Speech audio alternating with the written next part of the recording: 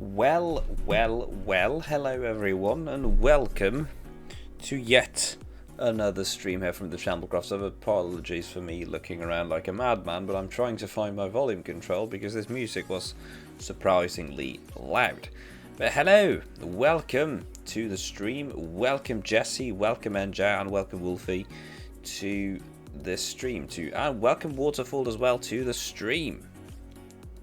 Welcome to another Talking Tuesdays with Minecraft, and you join me in, well, I'll let you guess, where do you think I am?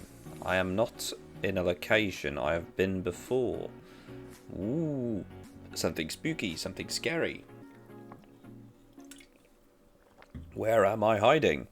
And hello Dane, hello Rain, hello Johnny, and hello Roseplay as well. Welcome all to the stream. So, welcome to Talking Tuesday, and what are we talking about today?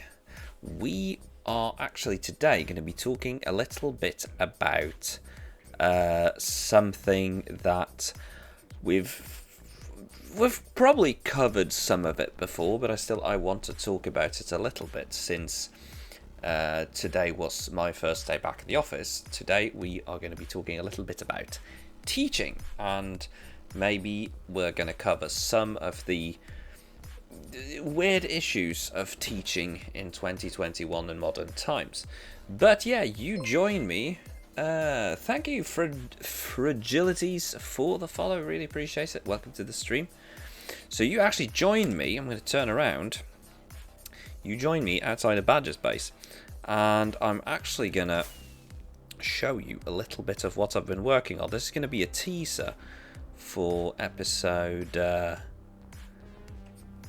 this is going to be a it's going to be a teaser for episode 55. Red Pickle, thank you very, very much for the follow. Welcome to the stream. So those of you who've been to Badger's base before might remember sort of how it looks. Well, Badger has hired me to do some terraforming, and as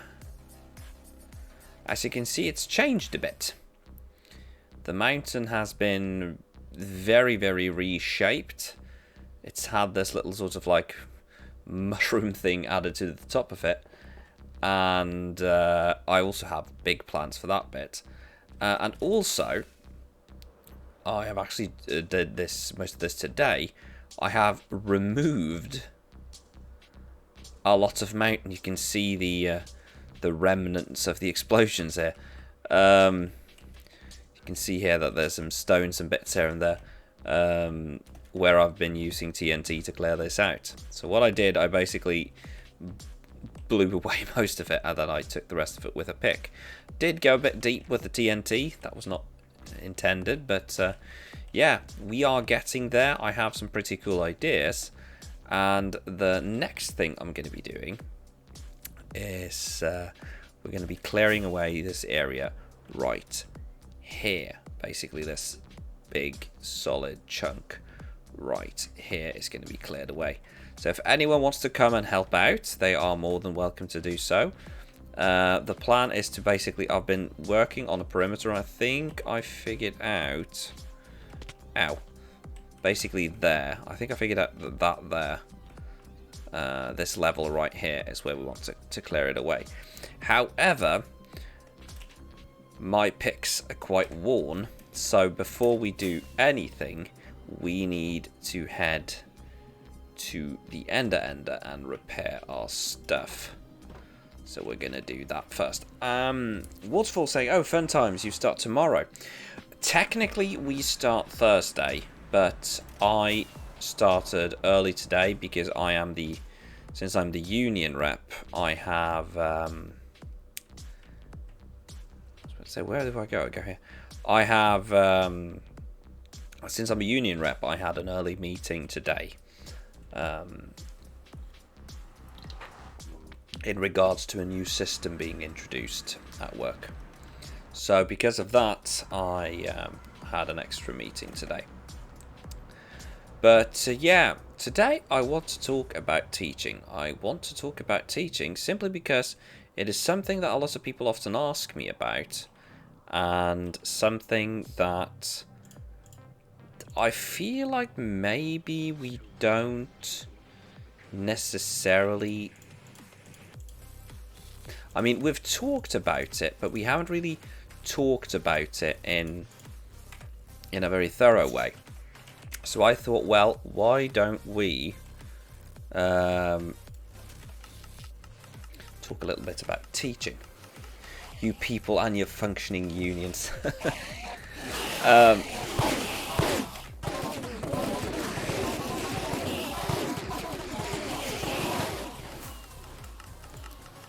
There we go.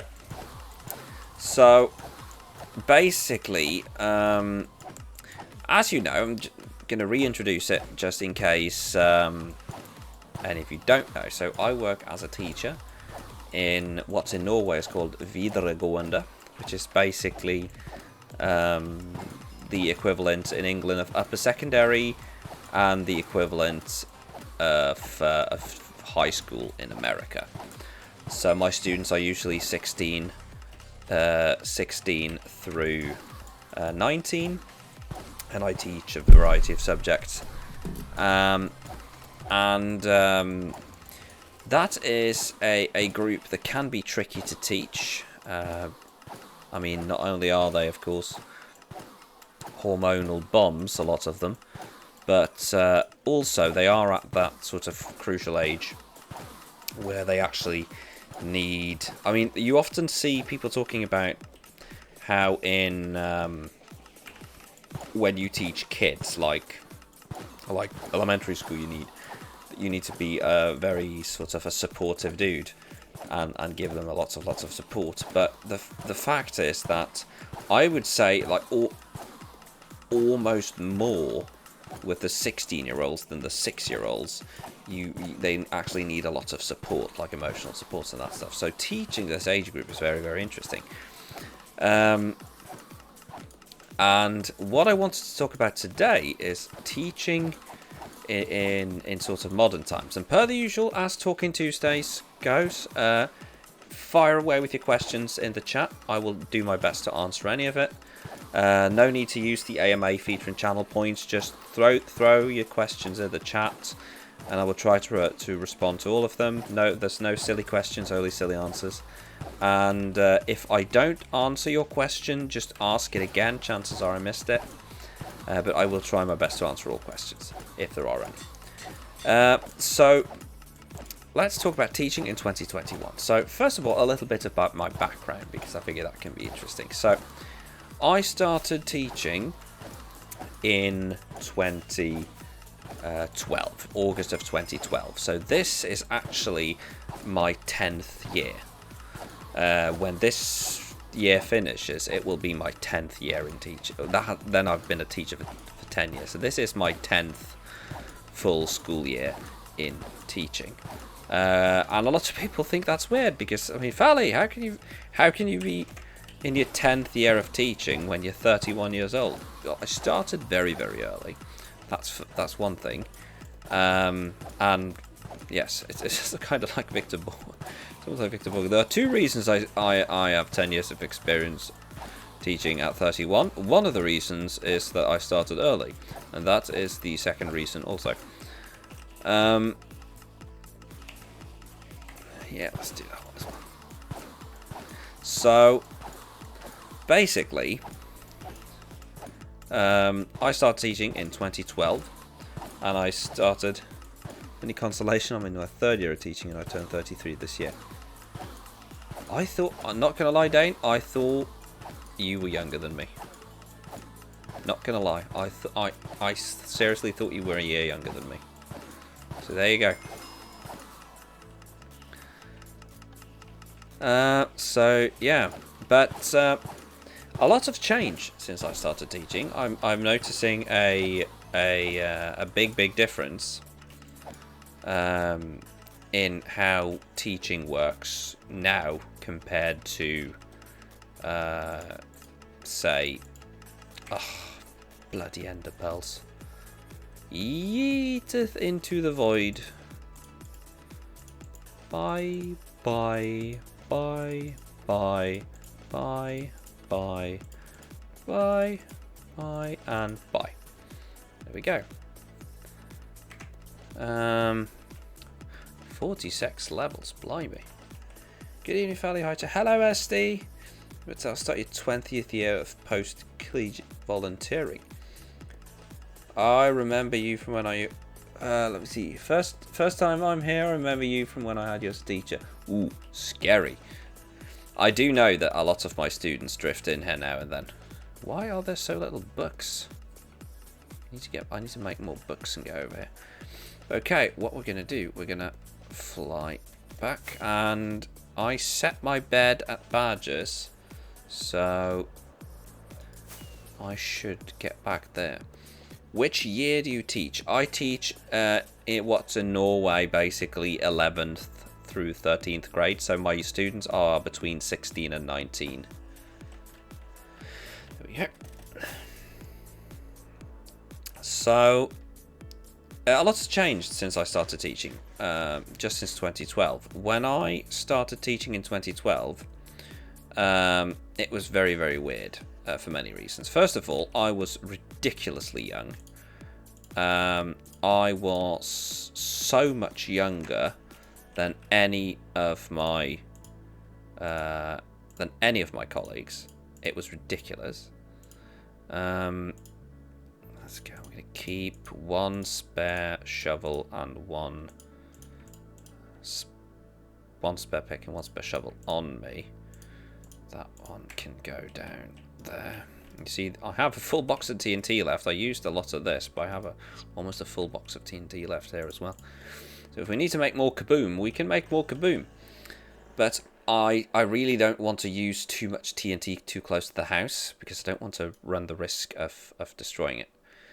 Okay, so let's get this beacon going. I think we're going to set up 2, and we're going to bring 1 block of iron just for the ingots. So we have... Oh, I brought water. Alright, so what we need to do then, we need to set up some beacons to tear this down quickly. And I'm thinking if we set up one down here, that's going to cover this side. So 1, 2, 3, 4, 5, 6, 7, 8, 9. 2, 3, 4, 5, 6, 7, 8, 9. There we go. And yeah, a lot has changed since I started teaching. When I started teaching, I was first of all ridiculously young, and also ridiculously unexperienced. And back then, teachers were at least here in Norway, we still hadn't had that sort of big change where all the old teachers retired and we got a bunch of new young teachers. So there was still this view that teachers were supposed to be mostly grumpy old men with university educations and no social antennas. And sadly, that meant that a lot of people sort of looked at teachers as being very weird people. And then since I started, I've noticed a change towards the average age of teachers becoming much lower. Like, for instance, when I started teaching, I was 22 and my youngest colleague was 31. So there was a 10-year gap between me and my sort of closest colleague age-wise. And I'm going to put the other one on this side here. So 1, 2, 3, 4, 5, 6, 7, 8, 9. 2, 3, 4, 5, 6, 7, 8, 9. I can actually see that it would have been good enough to just put it that one, but I feel like just to be safe, we're going to do 2 beacons. But age is just a number. One of my most up-to-date colleagues, in terms of everything, was he was actually forced to retire at 70 and has continued to be a substitute. He's still substituting in science, and he had just turned 73, and he is still spry as a goat, and being an amazing teacher. So age is just a number. However, one thing I've noticed is that how we as teachers interact with the world has changed a lot. For instance, if like back then, and you don't have to go back too many years, but back then, the sort of relationship between a teacher and a student, it was extremely formal, almost to the point of almost being a bit cringy, in the way that it was like you were to refer to your teacher as sir, and it was to be very proper and very posh and very this and that. And I just remember how when people started almost like referring to you, like we don't use the word sir in Norway, but we have like equivalent, like referring to you by your surname. Excuse me, Mr. Fally, could I have your attention for a moment? Would you please help me with this assignment? Like, good God, man, use my name. I'm not your dad.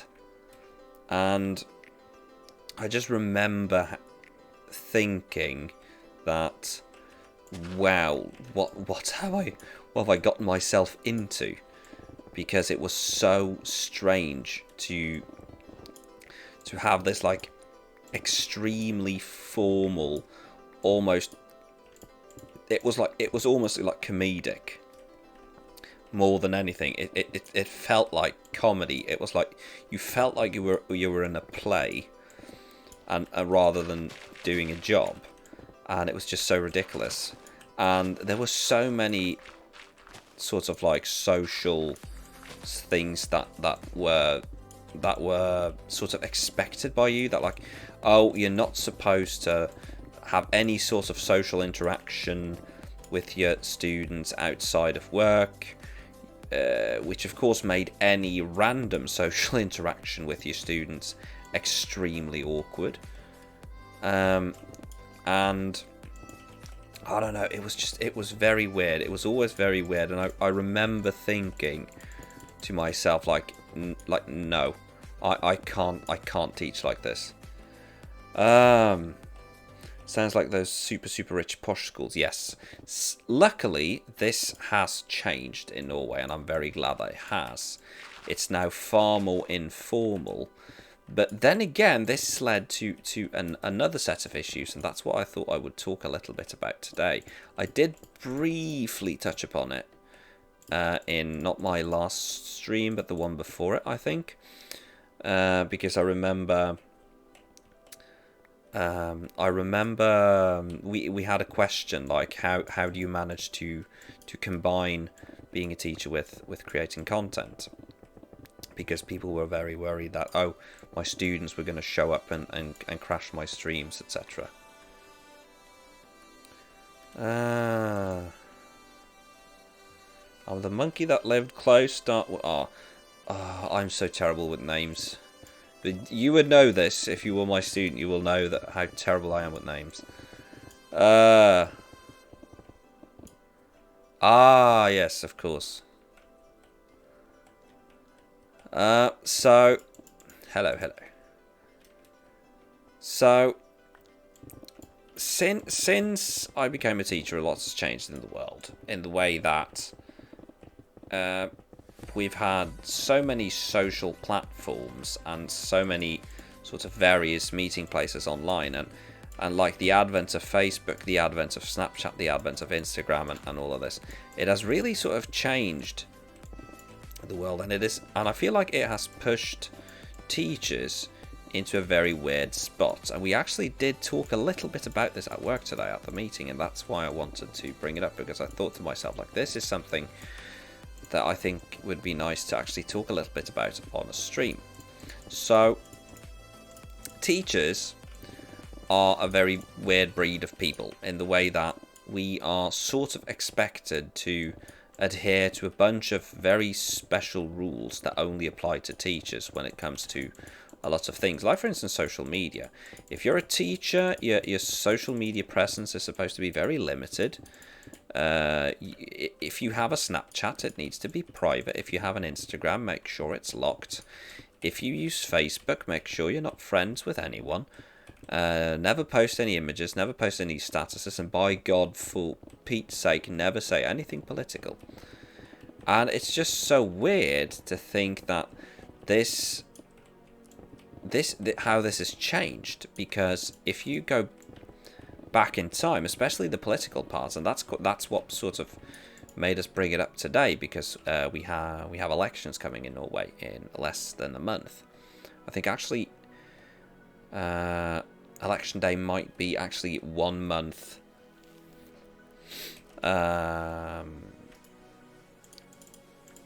1 month from today, and I just feel like it's been very weird. But then again, it could be my school, my area where I live, etc. Because I mean, I could see Waterfall saying that's not the impression you're getting at all. Don't be political in class. That's a thing, especially in social science. Yes, especially the political bit is a very sort of tricky subject.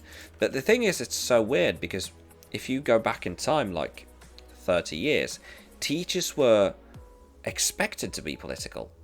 Like 30 years ago, basically every single teacher in Norway was a staunch socialist, and back then it was almost expected. Like, if you're a teacher, you're supposed to be very, very openly socialist.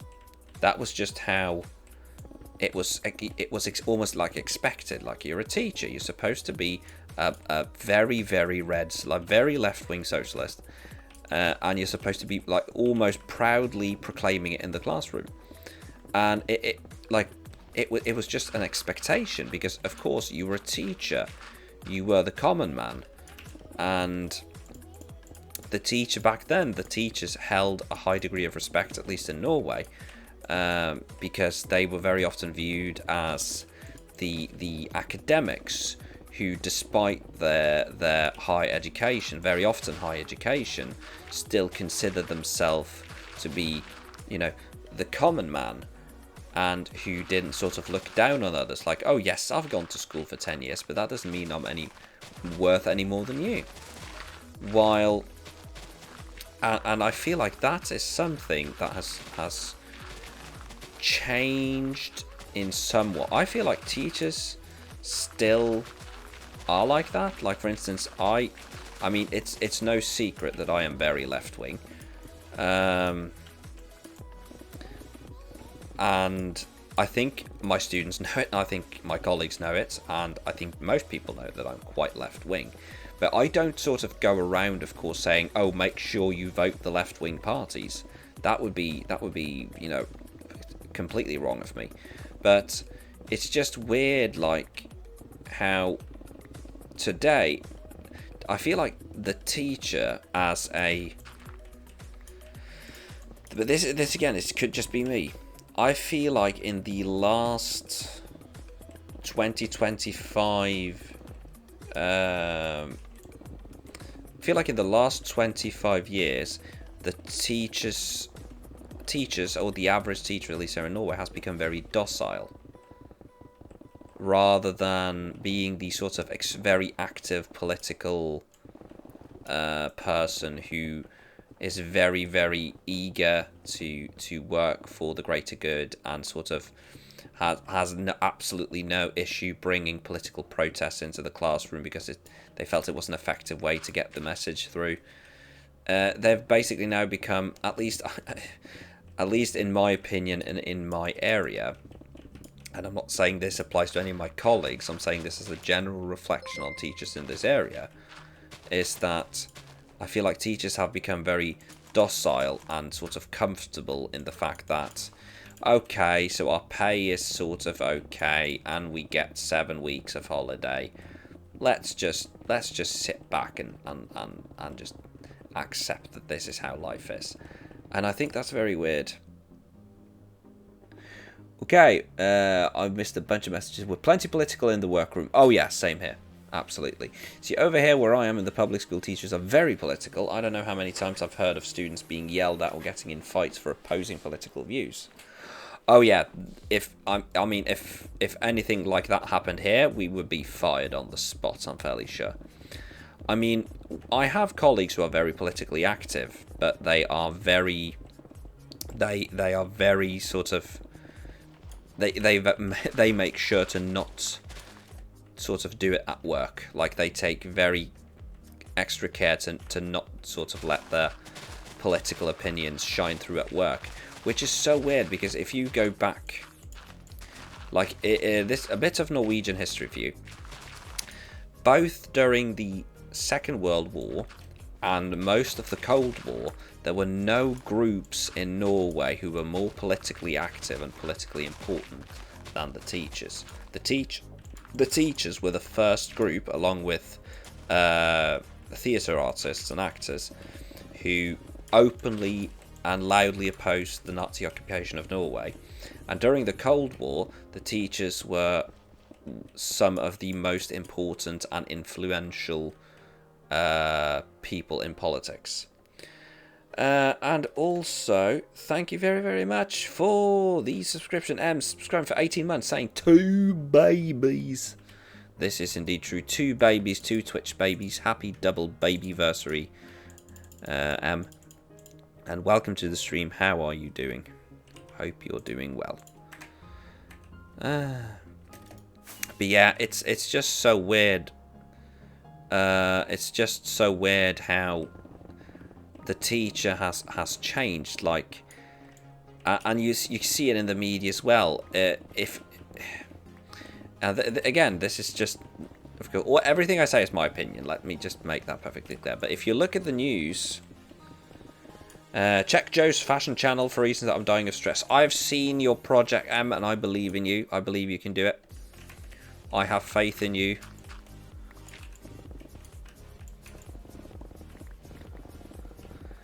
But it's like 30 years ago, if a teacher sort of wrote to the newspaper saying, we need to do this, we need to do that, then people would be like, all right, but oh wow, this guy's a teacher, he probably knows what he's talking about, we should listen to him or her. And now it's like, if a teacher writes to the newspapers now, it's like, what do they know? They're teachers. They just complain and have 7 weeks of holiday. They just whine that they don't make enough money.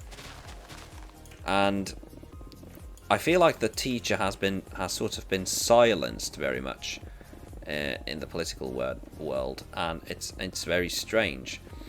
But this leads me to today, 2021, where we're seeing a generational shift in the schools. Like, for instance, me and a colleague, we were looking at the in the office I sit in, we have a photo of all the teachers working there in 2008, like all the colleagues in 2008, and we were looking at the photo, me and a colleague of mine, and we looked at it and we counted, all right, in this photo there's 62 people. And out of the 62 people who worked there in 2008, 9 of them are still there. And that's when it sort of hits. It's like, wow, there's really been a generational shift here, hasn't there? 9 out of 62 people, which basically means that 53. And that doesn't even include the people not pictured. So at least 53 people who worked at my school in 2008, which is when I was a student there, have either quit or retired. Most of them retired. And 3 of them sadly also passed away. But it's just so... It's so strange to think how much of a generational shift there's been in the schools. But what I am seeing with the generational shift, which I think is a good thing, is that with this generational shift, we are starting to see the active teachers returning. We are starting to see more and more teachers, again, being more politically active, not being afraid to voice their opinion. And I feel like in 2021, teachers, at least in Norway, are sort of finally starting to get their voice back, and I feel like this is important. And for instance, now during the pandemic, teachers have been very much front and center and been covered a lot in the media because, well, as some of you might know, in Norway, no, let me rephrase this.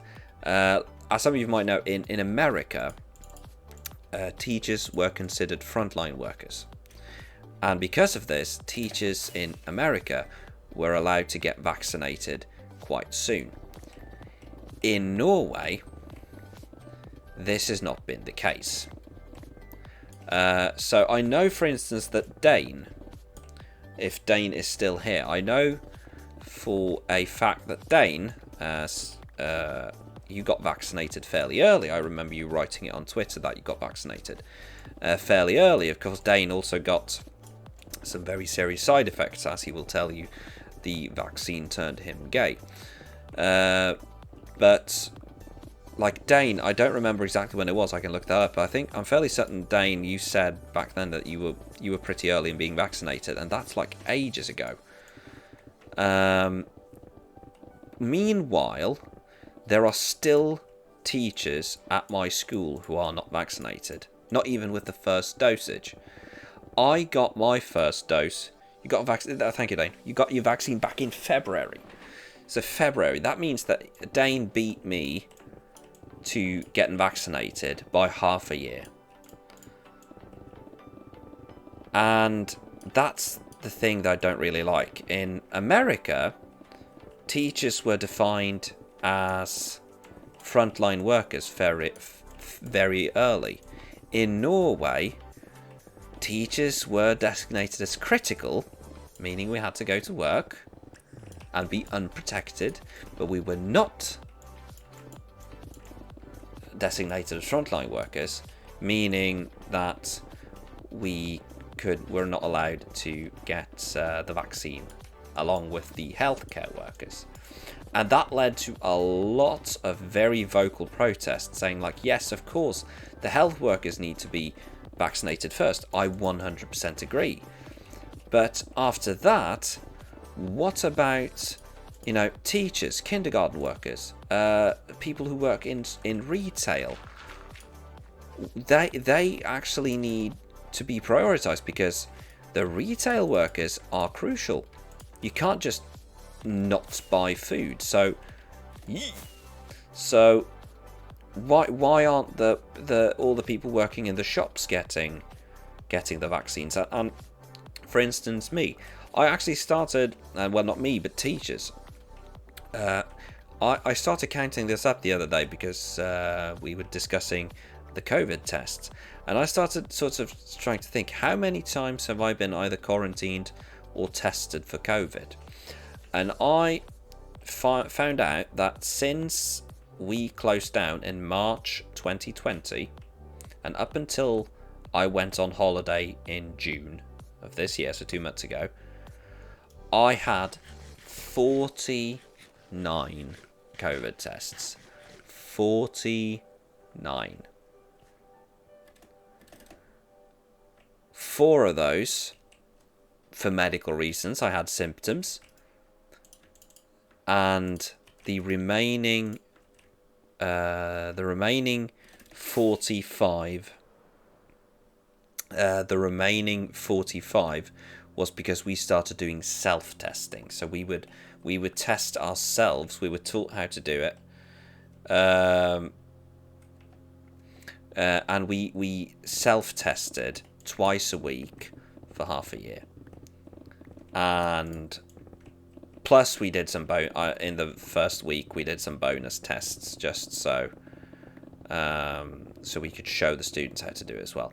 So basically, and in addition to this, I've been quarantined 4 times. 4 times I've been in quarantine. Once because a friend of a friend tested positive, and I had been with the friend. Turned out negative. Lucky for that. Lucky in that. And I've been in quarantine 3 times because of outbreaks at my school. And this is a small school. I don't even want to know how it feels to work in one of the biggest schools. And for instance, one of the biggest cities in my area, city of Bergen, they are currently in the middle of a pretty severe outbreak. They had today allowed 103 cases, and that doesn't sound much when you have the inbred brain dead Republic of Florida, throwing curveballs with 19,000 cases in one day. Fun fact: Florida has more cases in an hour than my county has had in total. You look at yourself in the mirror, Florida. You did this to yourself. And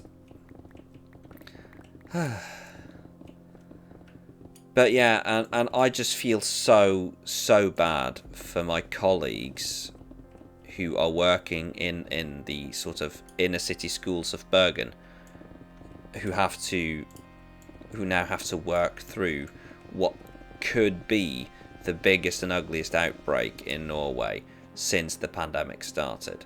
Also, if anyone who is online could sleep, that would be amazing, because I forgot to bring a bed. Florida has its own tag on Fark. Yeah, Florida is... How do I put this nicely? I believe that Florida is one of those places that's going to be included in history books for a number of years to come, and not for good reasons. It is. I don't know. I don't have words for whatever it is Florida's doing right now. It's just Florida gonna Florida, as Dana's saying. Yeah, it's just weird. It would be interesting to see what happens when school opens next week. Yeah, we're very fortunate in the way that we've had very few outbreaks and cases in the last couple of weeks. We had a couple of cases 2 weeks ago, but it looks like they managed to limit it. The Clans are one of the worst governors ever. I get the feeling that the man is a bit of an idiot. So I just feel I just feel very bad for the people who live in Florida who aren't idiots, because surely there has to be like one or two. I just feel so bad for all the people who live in Florida who wear masks, gets vaccinated, and takes this seriously. I'm slowly expecting that when the schools reopen in Belgium in September, that there won't be a spike, or will be so. Yeah. I think, like, I honestly think that we will have a small spike. I think it's inevitable, given that Norway decided to be like, hey, some of us are vaccinated, let's just open the borders, sod it. What's the worst that could happen? Then again, sadly, we have a government in Norway whose loyalty lies with the businesses and the millionaire business owners. So, which is one of the reasons I will be voting very left-wing in a month. But yeah, it's just it's just very infuriating, because, for instance, here in Norway, we pretty much had it under control. We had like almost no cases. We had it under control. I mean, we had, bases were loaded. The bases were loaded. All we had to do was just get one good hit. And we elected to just throw the bat into the stands and scream, rather than do this in a sensible way. And we got sent back to square one. And yeah, it's just infuriating. But I am very glad that I finally got vaccinated. I got vaccinated last Thursday, like less than a week ago, which was, as I wrote on Twitter, the reason I cancelled the stream on Friday, because I still had some side effects. I got very little side effects, I want to just say that. Fally, I will come help you. How do I get there? North Tunnel, the very big chunky tunnel on the left, and there's a tunnel on the left, sort of inner left corner when you get there, where you should see Badger's head. Super pretty, Valley. Thank you. I'm just very, very glad I got the vaccine finally. My worst side effect was I was shivering for just hours. My side effect, I mean, okay, I was supposed to talk about teaching, but you know how my streams work. Let's talk about the vaccine, shall we? I got vaccinated on Thursday at 1:30 p.m. The way we do vaccines in Norway is probably how we do it everywhere else. You get told, like, this is the time you're supposed to be vaccinated. Please show up precisely, wear a mask, and don't have any symptoms. And I showed up, my wife showed up, I popped off to the toilet real quick, and when I got back, my wife was gone, but c'est la vie. Saw a friend of mine, went over and sat with him, spoke with him instead. We sat there, we got the shot together, and why did I do that? My terraforming instinct just kicking in. But yeah, basically after getting the shot at 1:30, after about 5 minutes, and we got the Pfizer, just for reference. After about 5 minutes, my arm was a little, I wouldn't say numb, but it was, you know, like how it feels like when your arm falls asleep. It was a bit like that, and I felt a tiny bit of tingling in my fingers. And once that was done, that lasted for about 5-6 minutes, and then it stopped. And then I started getting the sort of soreness in my upper arm that everyone gets, and that was pretty bearable for the first 3-4 hours. It sort of felt like I'd bumped my arm into something, but not very hard. And then as I was sitting at my computer working, the arm gradually went from feeling like I had bumped it into something to feeling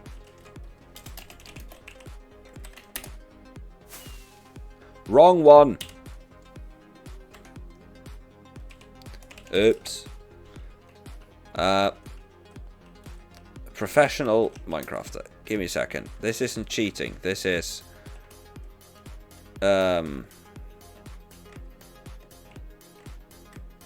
creative use of game mechanics.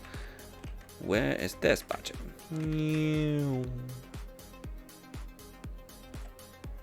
There we go, and then go through. But yeah, then it went from gradually. It went from. I think it's TP Fally Red Pickle. There we go. No, that's wrong again. Oh, you made it hit. It's good enough. You bumped my second forward. I bumped my second forward to this Saturday. GG. GG, Jess. I'm very glad to hear. You see, I don't use the TP command that much, so I haven't really learned how to use it. But yeah, while I was sitting at my computer, it went from it feeling like I had knocked my arm, bumped my arm into something, to feeling like someone had punched me, like where I got the shot. It went from feeling like a bump to a punch, and it was so weird because it was like my entire sort of upper arm, from my elbow to my shoulder, was completely knackered.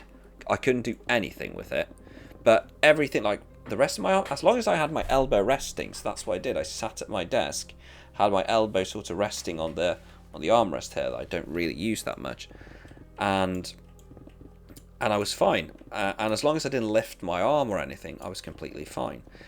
And when I went to bed, I just made sure to not sleep on the left side, and actually woke up when I rolled over to the left side during the middle of the night, and it was so painful it woke me up. But other than that, nothing. No fever, no shivering. I had a mild headache. That was it. I felt good enough that the day after, I actually went to the driving range and was able to to hit some balls for 20 minutes without completely dying, and I was well enough that 2 days after getting the shot I played nine holes at the golf course. So could be a pain tolerance. This is true. My wife got the vaccine at the same time as me, and she had basically the same side effects, but she had more of them. Like her arm was the same with the arm, but it was more painful and it was longer. Like it lasted longer, and also, yeah, like for me it was like I won't go as far as saying that it was directly painful. I would say it was very uncomfortable. But she experienced it more as pain, like straight up pain. And for me, it was a day and a half. For her, it was 3-4 days. She ran a mild fever. I did not. But then again, what they've said is that the Pfizer is supposed, at least for the younger people, and by younger people they mean 50 or younger, for the Pfizer, usually the second dose is when it hits you. So I'm expecting, with some luck, I should be getting my second dose in August. At the end of August, maybe the beginning of September, with some luck. And I'm expecting it to knock me out more then. Stretching hurt the most for me, but I legit woke up on my right arm the next day, and I think I'd been sleeping on it for hours with no problem. Okay. Yeah, sort of any stretching like that is when I notice it. Well, like just bending, stretching, doing any sort of larger arm movements really sort of did a number on my arm. So that was something. Nuke saying, I had my second shot, Pfizer, can't say I really noticed anything. Yeah, that's the thing though. It's so weird how wildly different it is, because as I said, I got the vaccine with along with a friend of mine, and his girlfriend, or his partner, had gotten the vaccine, her second dose, earlier that day. And she said when she got her first dose, she was completely out of it for like 3-4 days. So it's just weird how wildly different it hits people. But then again, for me, I've always had a very sort of high threshold for sickness. Like I very rarely get sick, and when I do get sick, I'm usually just sick for a day or two, and then it passes. But then again, when I do get sick, when I get proper sick, I'm usually completely out of it for a week. So, but luckily that happens very rarely. In the last 5 years, I think I've been properly sick once. So fingers crossed that I can get my second dose with no side effects as well, because that would be great. I was really tired the day after your second dose, but that was about it. Alright. The thing that annoys me here in Norway when it comes to vaccination is basically that there's been some controversy, because they've been prioritizing giving vaccines to Oslo because they've been having more outbreaks, Oslo being the capital of Norway. And I don't agree with it, because the reason Oslo had a big outbreak was because people living in Oslo stopped giving a shit. And I'm not a big fan of sort of, hey, you're not behaving, you're spreading this thing, we're going to punish you by giving you the vaccines. Oh, but how are you going to do that? Where are you going to get more vaccines? We're not. We're going to steal it from everyone else. Basically, they took vaccines that were supposed to go to the smaller counties and municipalities and said, well, you don't need the vaccine right now because you don't have any cases. And we're going to send it to Oslo because they're not giving a shit. At times, I feel like this country is being run by Delta Airways. I was Moderna and had to pop a Benadryl after that second shot because I was a little sore and wanted to get ahead of it. Probably would have been fine with that. Alright. Same when they suddenly decided to vaccinate 18-year-olds. Yeah. For me, that was like, oh, we were looking at it like, oh, it's almost our turn. We're next now. Breaking news. We will now be vaccinating the 18-year-olds for no apparent reason. Back to you.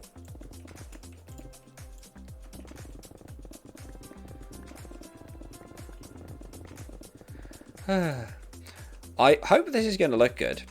It's really annoying that I don't have replay mod footage of the first bit that I did here. That is very, very infuriating to me. I don't have replay. Ooh, I just had an idea. Okay, I just had an idea, but I'm not going to say it out loud. This is how I work. It's like I did Myknes's base, and I worked on it for a year, and one of the reasons I needed a year to do it was, of course, because I was doing a master's degree, and that takes time. But also the fact that I was very, very unsure on how to do it. Like, I genuinely didn't know, okay, how am I actually going to do this? How am I going to make this look? Work for it for a month with 11 months of breaks in between. Hey, I worked for it for like a week or two in the beginning. Then I took 10.5 months of breaks. But, I mean, yeah. So that is going to be featured. Let me... hashtag get excuse software. Yes, yes. I'm going to be blaming everything I didn't do in the period of 2019 through 2021 on my master's degree. But yeah. Ooh, so, okay. Let's move away from vaccines. Let's talk a little bit about content. So, as I wrote on Twitter, some of you may have seen it. We can get back to the vaccines later if we want. As I wrote on Twitter, give me a second. I'm actually going to grab the tweet. There's some follow-up tweets to that. So as I wrote on Twitter, I have a lot... For the first time in 2 years, I feel like I have lots of awesome content lined up for this week. And it's a great feeling. I haven't had that in a while. And one of the reasons, of course, is I have more time to make content now. And also I have some plans, and with that, some updates in terms of content. So, as you know, I've started a new series. First of all, thank you very, very much for the amazing reception you have given Valley versus the World. It is, in terms of views in the... when I look at my channel statistics, that video is just breaking all the records. It's the most viewed in the first 24 hours I've ever done. It's already surpassed. It had... The first episode of Valley versus the World had more than twice the amount of viewers in the first 24 hours than Shamblecraft episode 1, which is amazing. And it has double the views of all the last 3 Shamblecraft episodes, which is amazing. Episode 2 is going to be out tomorrow. Episode 3 is going to be out Sunday. Very happy with both of them. Feeling some real good creative juices flowing with Valley vs. the World. So I hope you're going to love them. Also, I just realised I read a message from M earlier that sort of went into my brain and then back out. I feel like M wrote me something that I completely missed. M, halfway through Stitch 1. I suddenly had this sort of flashback that I missed the message. I could be wrong. But yeah, as I said before, if I miss anything, don't be afraid to let me know. Okay, so the big question here is, how far down do we want to take this? I'm going to take to the skies.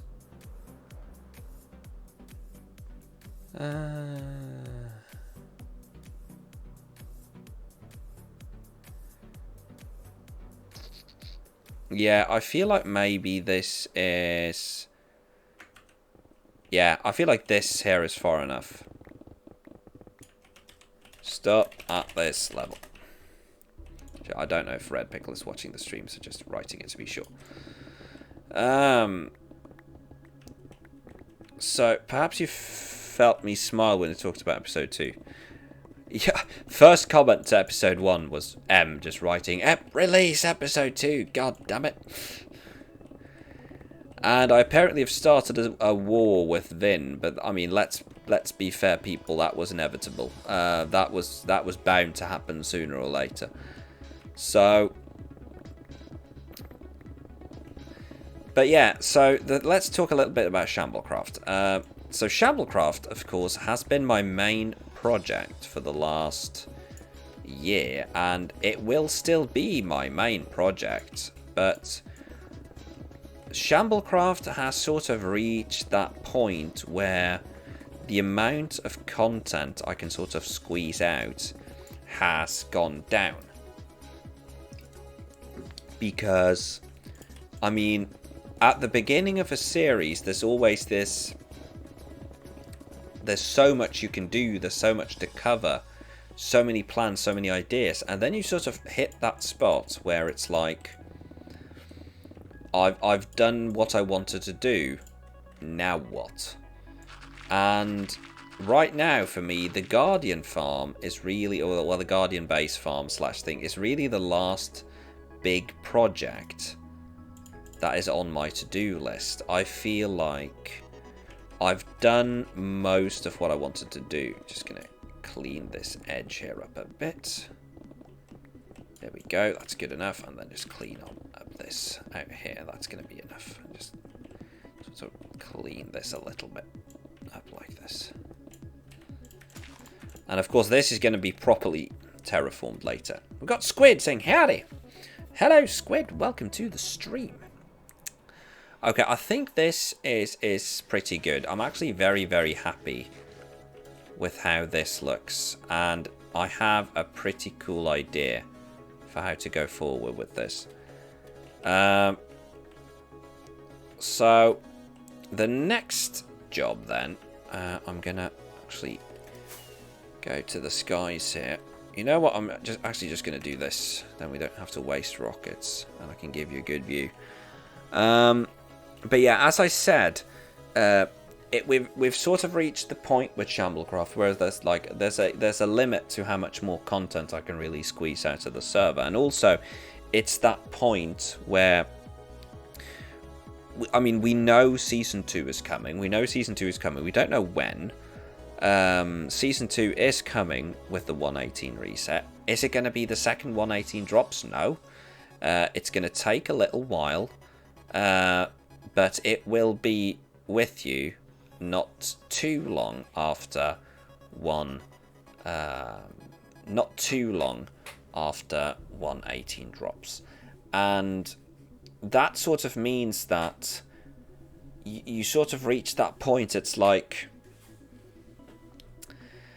it's like when you're a teacher, you reach the end of the school year and you're like, well, I'm not going to bother starting anything new because there's just a week of time left, so I'm not going to bother doing that chapter now because we don't have any time left, etc.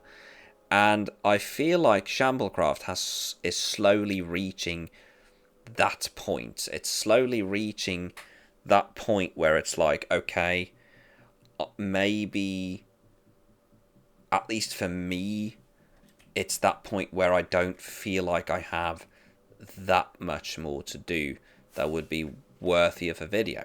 And does that mean that I plan on not playing on Shamblecraft anymore? No, I have lots of stuff I can still do, but my point is, a lot of the things I do now aren't really video friendly, and I'm not saying that, I'm not doing naughty bits. I'm not going to open a pawn shop in the Nether shopping district or anything like that, but ooh, yay, can we get some applause in chat for M's amazing seamstress skills? And I expect to see some images of the finished product, M. Um, what remains to be done right now is basically very grindy, and especially when I haven't had replay mod working for the longest time, then it's been really hard to make replays, and that's one of the reasons I've been waiting doing this, is because I wanted to get replay mod. And now we have replay mod, but it's somewhat semi-functional. So you see, it says I'm not recording, but I am, because it's just bugged. It is bugged out. And I really hope that I have a couple of projects left, and I plan on finishing those projects, but I have 2 episodes coming soon, as I wrote on Twitter. The terraforming episodes will be a double episode. It will be a double feature. It will be episodes 55 and 56, and they will cover all the remaining terraforming jobs that I have. And then I will be closing the terraforming shop, because I want to spend more time focusing on my own projects rather than going around doing stuff like this. And the next project we're going to do is right here, actually. So hello there. And yeah, so because of that, there is a finite amount of content I can sort of squeeze out of this server. That doesn't mean I'm going to stop playing. I will be playing on Shamblecraft until the very end, but it's the point where it's like I'm not going to record things that I'm not feeling makes good content just for the sake of recording something. Like, for me, it's like I am very lucky in many ways, in the way that, first of all, I'm not a big content creator. I have 205 last time I checked subscribers on YouTube, which is an amazing number if you ask me. I'm very happy. I never thought I'd break 100, so breaking 200 is nuts. And I have, Jesus Christ, I have 450 followers on Twitch. That's also, why do I have this many followers? I don't know where to begin. But I am already completely blown away with how well I'm doing compared to the expectations I had when I started. And I am very fortunate in the way that this is not my livelihood. Like, there was someone who I've actually had people ask me, Fally, how much do you make from Twitch and YouTube? Like, what is your income generated by Twitch and YouTube? That is very easy. I can give you the number right here, right now. Nothing. Absolutely nothing. I am earning nothing from doing Twitch and YouTube. What do you mean earn nothing? But you get subs, you get bits, etc. Yes, I do get subs, I get bits now and then. Most bits I get when Jessica wants me to eat lemons. But the thing is, oh, Red Pickle, let me explain what we're doing here. Basically, everything, you see this slit here? Everything that way is going. So basically, everything this way down to this level for now. The bootleg Grian is nodding. Good. Okay, so your point. My point is that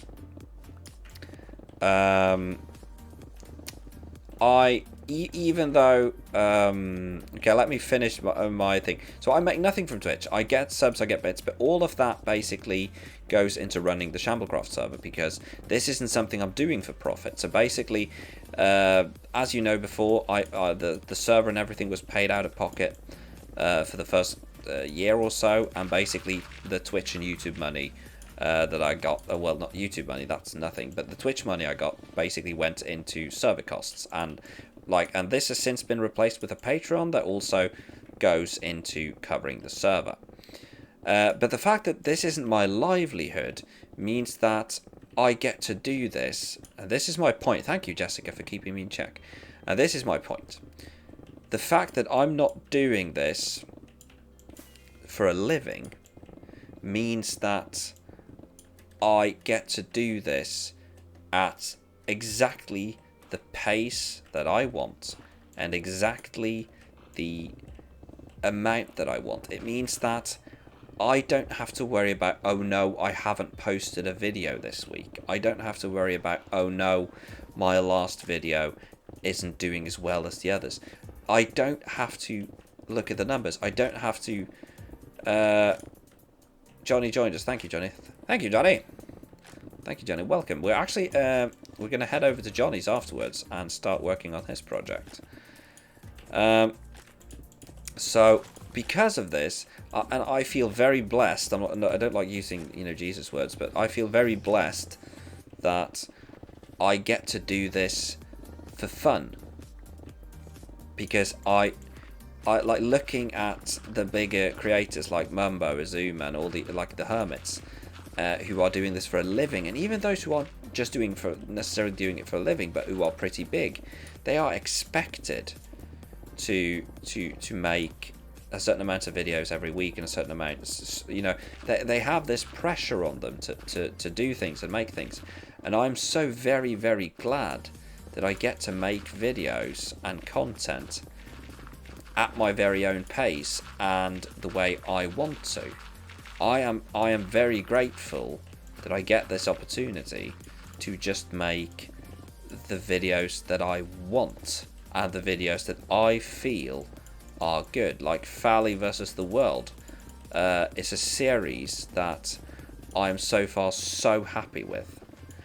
Waterfall saying I have to go now. Early start tomorrow. Have a good stream. Thank you, Waterfall, for coming to the stream. Enjoy your first day at work tomorrow, and I'll see you again next time.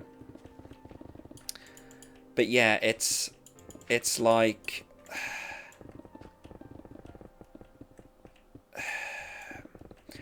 the fact is that when it comes to like Shamblecraft and this series, for me it's like I have no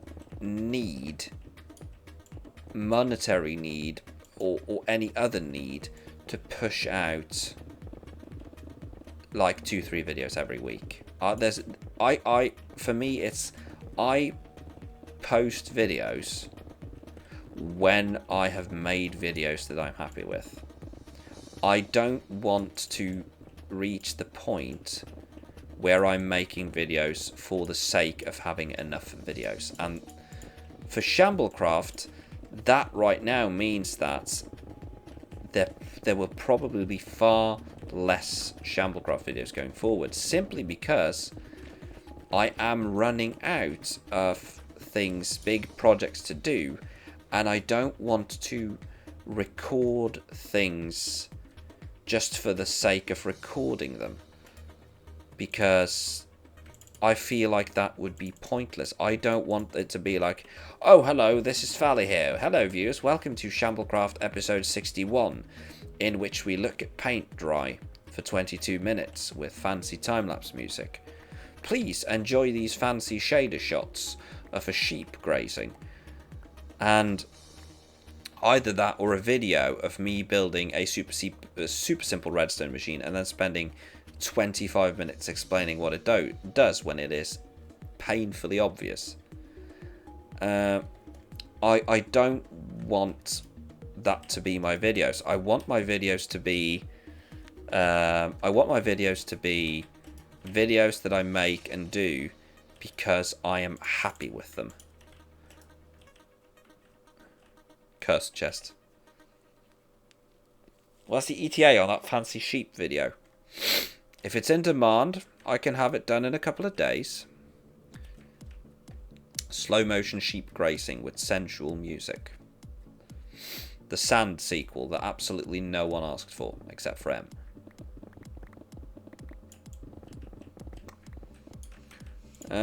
Jeb sheep. Okay, I feel like this is decent.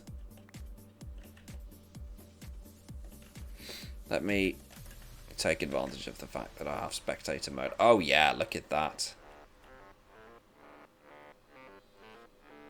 That's much better. That's much better straight away.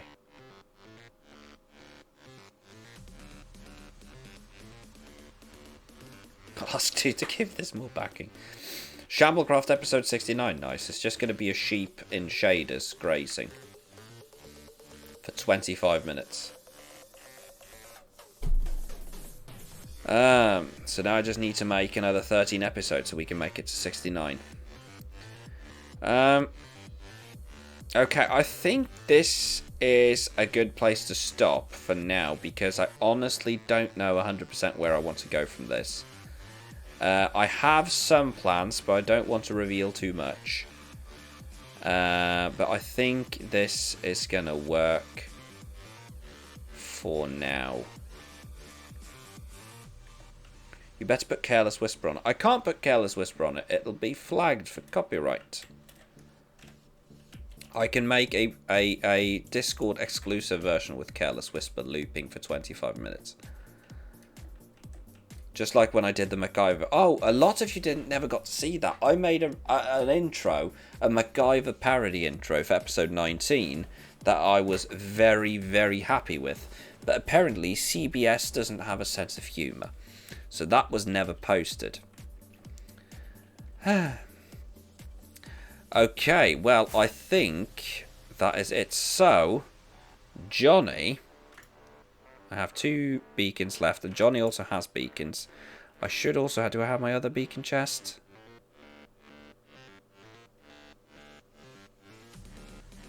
Did I... I think maybe... did I leave my other beacon chest on this side? I feel like I left my... Ugh, dang it, did I... Where did I leave my beacon things? I can go and you can TP if you want. Yeah, I mean, we can do that just to save some time. Since we're on stream. I don't remember exactly where your base is. So I don't have it readily available on my map.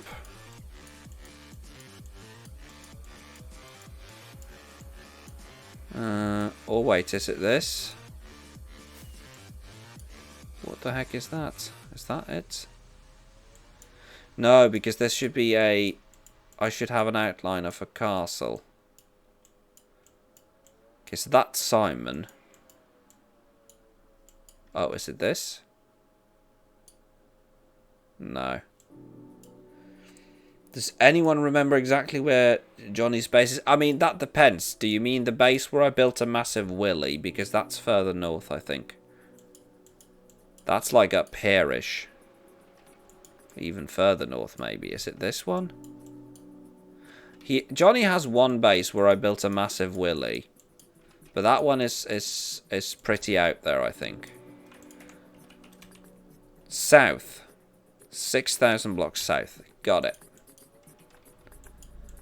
That explains why I didn't find it. So there's Jesse. There's Johnny. Okay, so we're going to just do this then.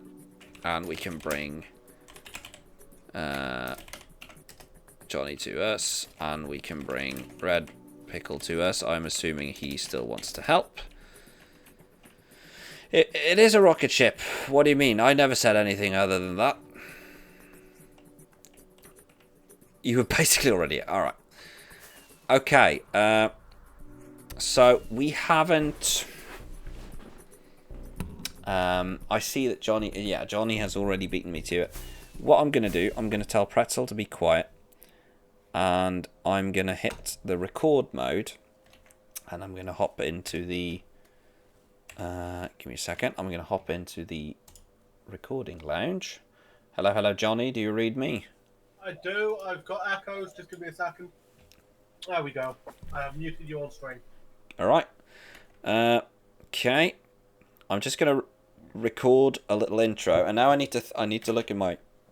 This is how serious it's got. I need to look at my script because episodes 55 and 56 have been shot so much out of sequence that yesterday I actually had to sit down and write myself a script. Just so script. Oi, Law is calling me out. Okay, not a script. It's a list of things in a notepad document, but it's a script. It's close enough. Also, hi, Law. Welcome to the stream. What is this truly bedrock? It's truly bedrock, but as far as I don't know, we have no Russians, and it's not really bedrock. Okay, so this is actually going to be... you know what I actually need to do? I need to do this so that it saves the replay. There we go. Because I didn't start it properly, and then I can go back in. And then I can start the actual, this recording. And then this is going to be according to my script quotation marks.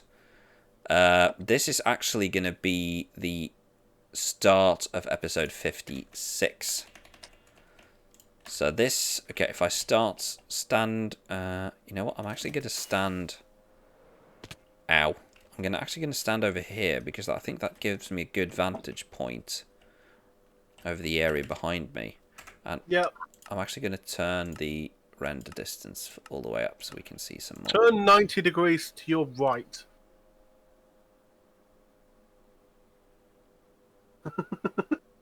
What, so I get the sheep? Well, looking at the camera now, that's the direction of the castle. So Oh. I'm stood in the middle. Oh, so like that then? Yep. Okay. Eight beacons. I'm stood on the smile in the background, but you can't quite see me there. No. Let me just okay, so let me just fly over there and load those chunks. Because with Optifine they should stay loaded. Yeah, but I'm still an entity, so I won't load in until I'm like 64 blocks away. So. Okay, what if I Oh, I actually had it. I did land on top of the bamboo. Okay, I'm gonna stand on top of this hill because then I'll see you.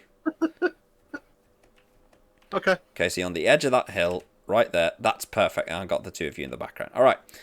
Okay, so record. Shamblecraft, episode 56, segment 1, introduction.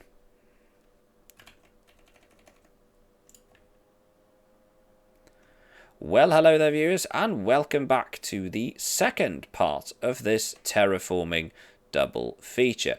We've reached episode 56, and today we are jumping straight into the action because you join me here over at what right now is... Johnny, it's a big field. No, it used to be a dark oak forest. Oh. Okay, so it is indeed a massive field that used to be a dark oak forest. But anyway, Yeah. Well, I think maybe the point is it doesn't really look that much like a field, and maybe that's what we're supposed to do, because Yeah.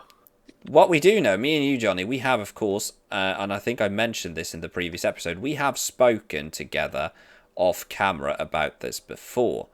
So basically, if I open up my map for the viewers, Johnny here has built the outline of what is going to be a massive castle. Yep. And the gist of it is... Everything from the sea to the south to a line of bamboo to the north needs to be a little bit more flat than it is now, so that the castle actually fits into the terrain. Yeah. So basically, flatten the castle, everything within the castle perimeter, but also flatten the area around it. Yeah. So let me just, for the reference, so the line of bamboo to the north, let me just fly to the line of bamboo in the north. You haven't ever been to the line of bamboo in the north because it isn't on your map. I have hit the line of bamboo in the north. Yeah. There were also... Oh, so this is where you put the rest of the dark oak forest. Yeah, I decided I didn't want to chop down the entire thing, so... Okay, so let's just, for the viewers, let's just fly down to the sea from here. Okay, let's do another take of that. That was perfectly successful. Okay, so let's, for the viewers, fly all the way down south to the sea just to see how far this is. It's render distance times a bit. Yeah, I mean, my render distance is maxed out with Optifine. It's the other side of that flower forest that you're going through. So that's the sea. That's the sea. That's crazy. Yeah. But this has been a 12-month project, so... That makes sense. Well, alrighty then, viewers. So as you see, this is the terraforming job that we are going to be starting on in episode 56, and with some luck, we'll be done by episode 66.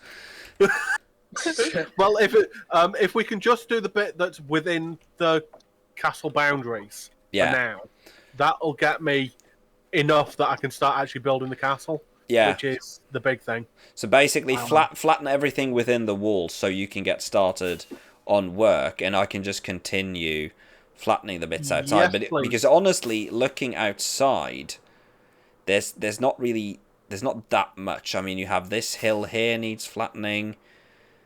This little nipple needs to go. I would say almost keep this thing because it looks very good. I would say actually don't tear this bit down simply because it looks very, very good with the sort of natural cove. I am going to be putting over the top a layer of like black and grey sort of blocks to change it from a very green landscape to a very black one. So we don't actually need to make everything look grassy or anything. So okay, so this is basically just it's just shaping it. Yeah. So basically, don't worry about how it looks. Just make it flat. Yeah, just make it sort of naturally, sort of slower slopes rather than big peaks. So yeah, so basically, the scale of it. It doesn't all have to be like perfectly flat at Y64. Also, I have to say, John, I have to mention this: when you fly past this little ravine here, it looks like a glitch in the Matrix.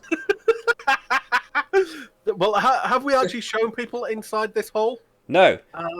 Viewers, I think I've do you shown want to you see inside of Johnny's hole? Yeah. This is... Dang.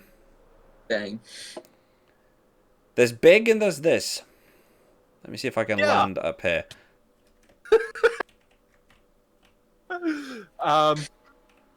Like I say, this is a 12-month project so far. This is... I'm not going to get it done by the end of season 8. No, I think you're still correct there. I think honestly, I think even if we bring this along with us to season 2. Well, even if you give me creative from now until the end of season 1, I won't finish it. I mean, this is big. This is. Yeah.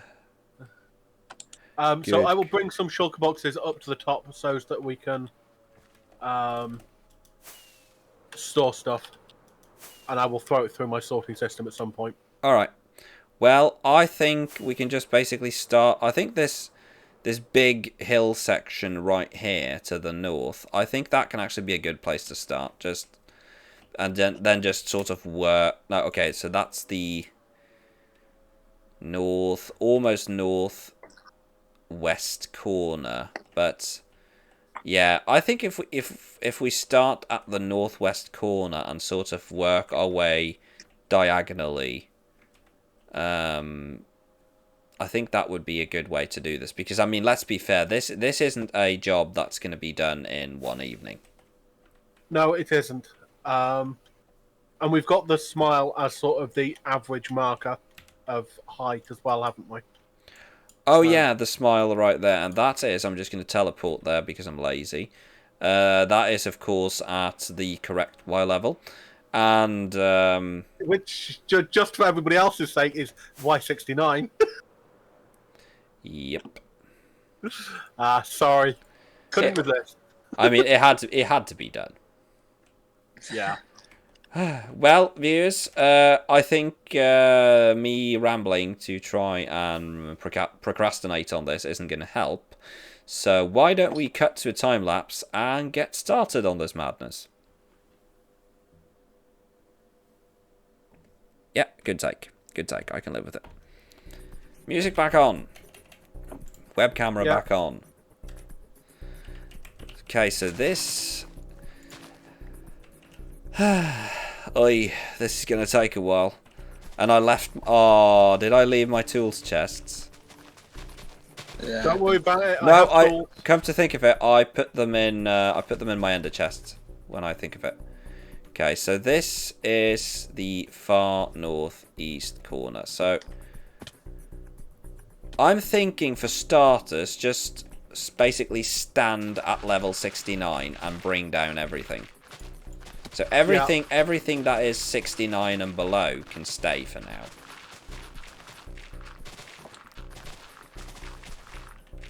Okay, I need to read I'm trying to sleep and there isn't enough people. Oh. Anyone online able to sleep? Also, I need to catch up on the chat that I missed during recording that. So, Law saying, that is way too big. I'm sorry, are you all paving over this entire continent? To which the answers are both yes. Yes. And if you look at the map, it very much is India, so... Yeah. And I think the same answer applies to Emily's question. Did I have to call it a nipple? Yes. Yes, I did. Well, there is a massive hole, so... There's a crack in the nipple. Ah, that's a cursed sentence.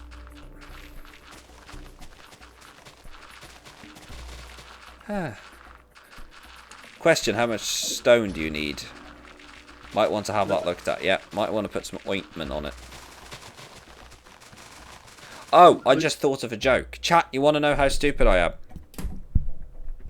Go on. What do you put on the sore skin of a pig?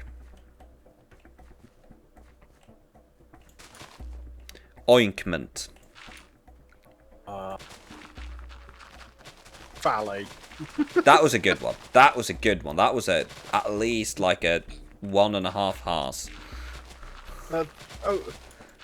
You squeaked it over the boundary, but it was very dirty. NJ laughed. I'm happy. It has passed the NJ test. The joke passes.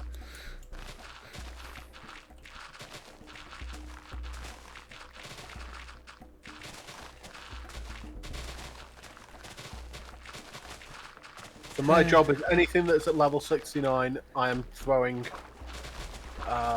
shulker boxes on for you to fill. Nice. Your dad would have appreciated it. This has been fun. Goodbye, everyone.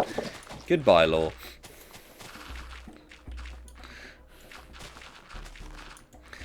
You're going to go get a bat and then head out on a very long hike. Okay. I mean, out of all the countries I could have a beef with, I think Canada is actually a good choice.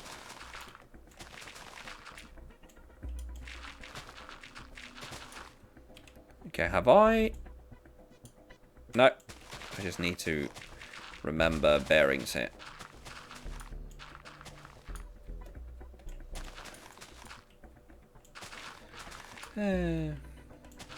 Okay, so for now I'm just digging. I'm not touching the stone for now. I'm just basically digging away all the dirt that is above level 69. Hikes are great. Hoping to go for a walk after work. Yeah, I did a small hike earlier today. And because my meeting ended early, me and Mrs. Fowley got to go to the golf course for half an hour as well.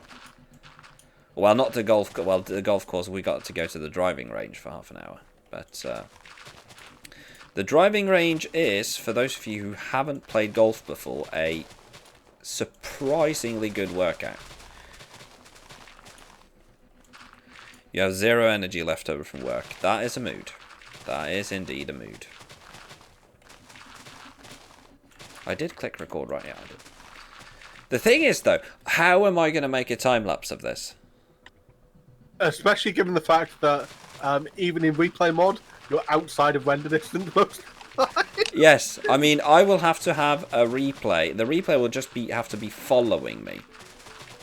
Because, I mean, even with the widest angle lens in the world, there is no way you can capture all of this. No. Certainly not all in one go, which is the way your time lapses usually run. Yeah. The other thing you could do is do it all first person. I did that once, but the problem was that it gave a lot of people headaches. Because of the speedy movement. So that's why I haven't done that. I did a first person time lapse when we cleared out Simon's Guardian farm. I can't remember if it was me, you, and Simon, or if it was me, Nuke, and Simon. No, that was actually before I joined.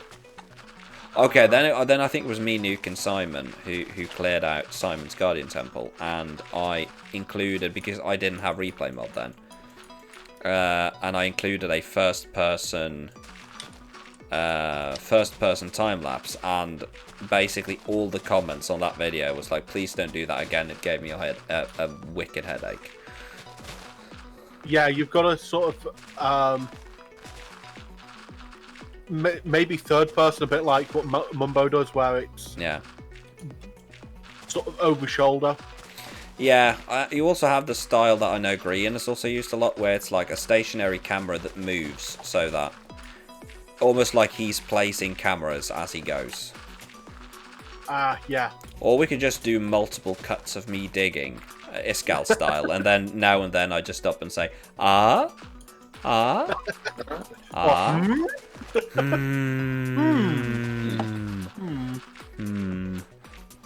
the way to do it. Yep. Yeah, the driving. I think we've got a winner. Law saying the driving range is like the fun parts of golf. The driving range is very fun, but honestly, I prefer to just go play 9 holes or something. I have yet to play 18 holes, because that takes a long while, and we were going to do 18 holes last weekend, but we ended up doing 9 holes, and by then the wind was too much, so we called it quits. I played 9 today. Golf is such a fun sport, and it is a great exercise. Oh, does anybody want a stack of carrots? I have 2 stacks of golden carrots on me, thank you. But thanks for asking. No, I'm good. Were there any shulker boxes near where I am? There's a bunch over here. I can bring you some. Awesome. Okay, just looking at the time. I'm going to be going for another 20-25 minutes, so... Just a short one today. Yeah, the plan was originally to go over here straight away, but then I decided that since I was already at Badgers and sort of was in the middle of a good vibe over there, I figured, okay, I'll just knock that one out of the park first, because if we can get the sort of big chunks gone, then I can continue work alone on that one. Yeah, one of the reasons why this hasn't been done is I don't like working alone on stuff like this. Oh no, not like this size project alone is just... Yeah. Yeah. It's why Season 2 I've already picked somebody to base with, so... Ah, nice. I think not. I'm not gonna say more than I have to here, but there might be a we might be doing forming a small alliance for Season 2. Me and some others. That makes sense. So hopefully that is going to work out, because I think that would be very, very fun. Yeah. I think I saw Red Pickle with some shulker boxes. Yeah, I dropped them off. Oh, there you put them. All right, thank you. I'm still waiting for the feedback form, because I have feedback for Season 2.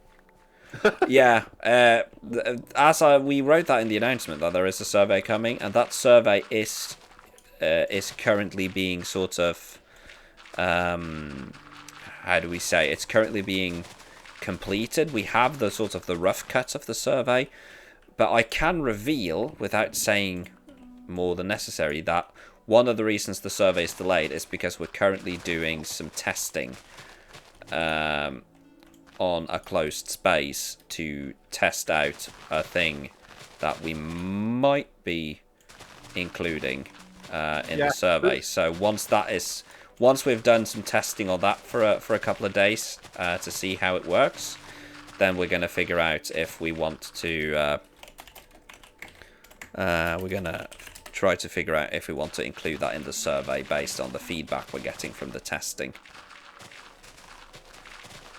Yeah, super secret stuff. Yes, yeah. Super secret testing things. So stay tuned for that. And the survey is going to be out because it's like I've said before and like I've been saying since day one. We really, really want Season 2 to be something that the community feels like, hey, I've been a part of shaping this. Yeah. I think Badger has seen what we've done to her base. Yeah. I must have missed a big boom.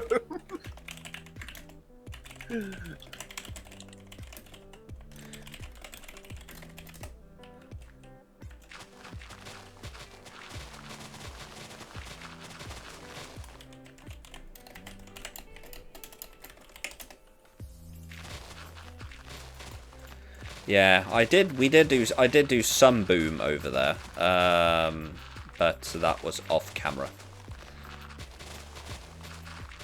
Understandable. But yeah, I think Season 2 is going to be really, really fun. And one thing that I really like about Season 2 is that we're actually trying actively to encourage more people to create content. So, for instance, I know that we have hopefully at least one more amazing content creator.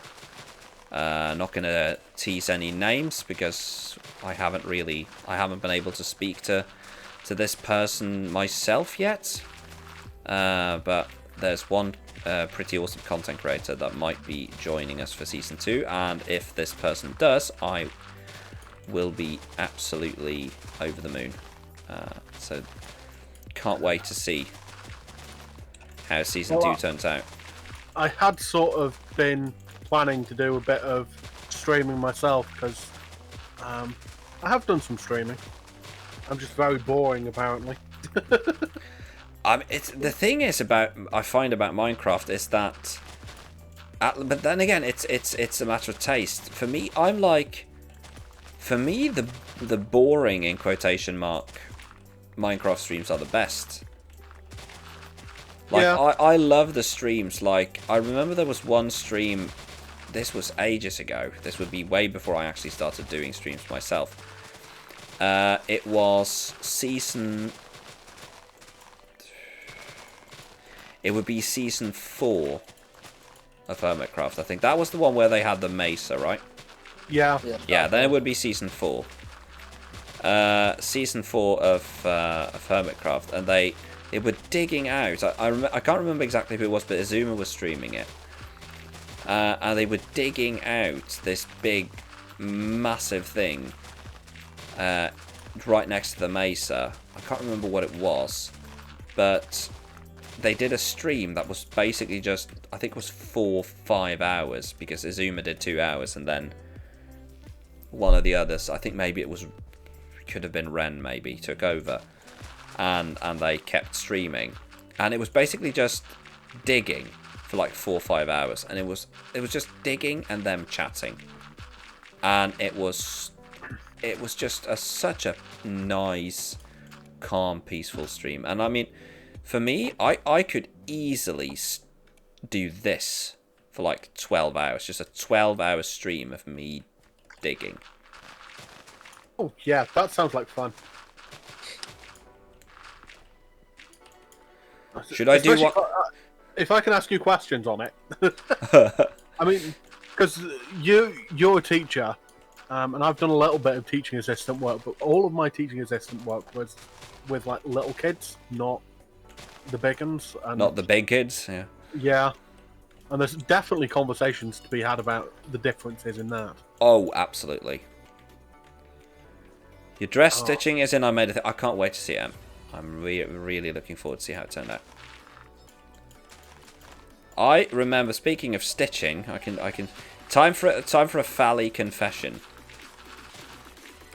As a child / tween, is tween the one where you're 11, Yeah, 12? there's Okay, so as a child / tween, one of my hobbies was sewing. well, you know I can crochet, right? Crochet, I've never learned, but my grandmother taught me to use a sewing machine, and I remember we were doing a school play when I was like 12 or something, 11 or 12, and they needed costumes made, and it was a play about a bunch of farm animals. It was probably nonsense, like most of the things you do in elementary school. And I remember they needed someone to make cow's ears, like just super simple cow's ears that would have like a rubber band, elastic band around your head, and there would be ears dangling down on the side. It's like super primitive stuff. And they were like, oh, we could do this and we could do that. And I just said, well, why don't we just get some elastic bands and some cotton and some fabric, and we just sew them.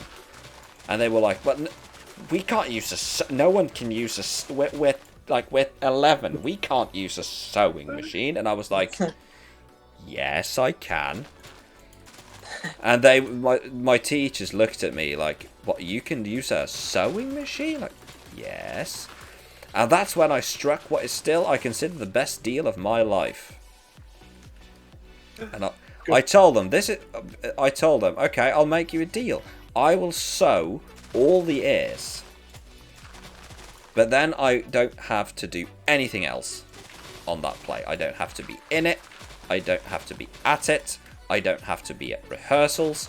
I'm going to hand you 40 pairs of ears, and then I'm going to go home. And the play... and I remember my brother, who is 3 years younger than me, he was also in this play because, of course, the entire school had to be part of it. So all the students at my school were in it except for me. I sat at home watching a football game. And I remember my dad, who was the sort of dad who videotaped everything, he, of course, taped it. And I remember watching it back when I was digitizing his tapes a couple of years ago, like 4 or 5 years ago. I watched that tape, and that was the first time ever I'd actually seen the play, and it is some of the cringiest bollocks I've ever seen in my life. It was clearly written by an environmentalist. And it was some of the most politically laden nonsense. It was basically a play that was demonizing farmers. It was like the entire point of the play was, we're all animals and we hate our lives because we are stuck working for terrible farmers. All farmers are the devil. Now let's sing a song and go home. And it was just... I remember watching the tape like, what the actual... Who at the school looked at this play, looked at the script of this, and said, this is a good idea? Yeah, sometimes there are teachers that just do things maliciously, and there are sometimes teachers that are just oblivious. So yeah, I remember when sort of my sister was at school. The teachers gave her an assignment, a reading assignment, in like when she was 5 or 6, and the poem was called Lollipop, and the teachers thought it was completely innocent and didn't understand the context of who set it and what they were, and Yeah, it wasn't at all innocent, and my mum refused to let her read it. So it does happen that sometimes they just don't know or don't care or don't read the material. Yep. We had a sort of not a talent show, but basically like we put on a show where all the different students were allowed to basically contribute with whatever they wanted. So you had some students who would do dance numbers, some of them would do musical numbers, and some of them would sing. And I remember that I banned it. This would be junior high, so I was probably I'm gonna guess I was 13, 14. Probably 14 because I had been playing the bass for a little while. And we asked the teacher, like, well, so is there like are there any sort of demands? Is there like everything has to do something? And the principal, when I went to junior high, she was this really pissy woman who everyone hated. Even the parents like openly hated her, and she was just terrible in every way. The end. And it was basically, but the thing was, she was really passionate about this because she was a she was an opera singer. She was a classically trained opera singer, and she was so ridiculous to listen to. So she was but because of this, because she was so much better than everyone else and so important, she didn't attend any rehearsals. It was basically like she just wanted to show up and be like, oh, look at all these talented children I have made and crafted into fine artists. So me and a couple of friends, we decided, okay, we'll play some music. And she asked us, well, what do you want to play? And we said, well, we've been rehearsing this pretty cool song called Freezing Moon. And she was like, ooh, Freezing Moon, that sounds classy. I said, we were like, can we play that one? Oh, yeah, can we play that one? And she asked all the wrong questions. So it isn't some sort of techno thing, right? Like, no, it's not techno. And it isn't a joke song, right? Oh, no, it's not a joke. It's completely serious. And she said, all right, well, let's do that then. And, of course, those of you who aren't familiar with the song Freezing Moon, Freezing Moon is perhaps the best known, well-known song and signature song of the Norwegian very black metal band Mayhem. Best known for the bass guitarist setting fire to several churches and then stabbing the guitarist to death, while the lead singer killed himself. And the guitarist took photos of his body and used it as an album cover. That's Mayhem. Welcome to Norway, we're a bit nuts. And we decided, hey, just to mess with her, just to ruin her day, let's play Freezing Moon. Well, this is what happens when you don't see daylight for 9 months of the year. Yeah. It does go to your head sooner or later. Yeah. So, and the thing was, though, at this point, after we'd finished singing Freezing Moon, I'm tempted to actually... I can't, of course, play Freezing Moon on stream. Oh. Sadly, I can't play Freezing Moon on stream. Maybe I could play a very short snippet. Just beware that there are going to be copyright things. Yeah, you know what? I'm going to post the link in the chat. That's Freezing Moon by Mayhem, people. And at that point, as that show was over, not the show was over, as our part was over, you could see that her eyes were slowly turning red as she was plotting how she was going to murder us the next day. And you would think, surely it can't get any worse than this. Cue my friend's other band, who had told her that they would be playing with a choir of girls The Sound of Silence by Simon, and Garfunkel. Ah. And they took the stage and played the classic 1965 acoustic folk rock classic Pretty Fly for a White Guy by The Offspring.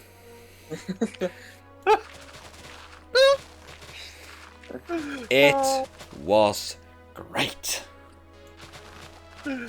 If you want to know what will piss off the principal at your junior high, it is a choir of 14-year-old girls and boys screaming in unison on stage, "Give it to me, baby. Aha, aha."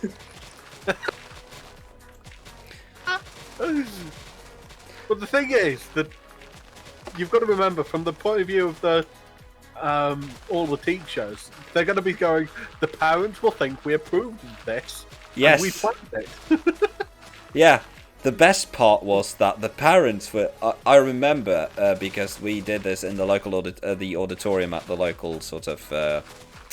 I don't know what it's called. Like a local town hall type thing. And I remember, of course, that is a very well-lit house, so it was easy to see the faces of the parents. I remember you could see when we were playing Mayhem, and especially when my friend's band were playing The Offspring, you could see that everyone, all the parents, were just grinning. Like, they were so pleased. And the teachers were like head banging and thought this was awesome. And she was just sitting there like, just It's almost like singing "I Am the Antichrist." Yes. And the RE teacher's sitting there going, "How on earth can you sing this?" Oh.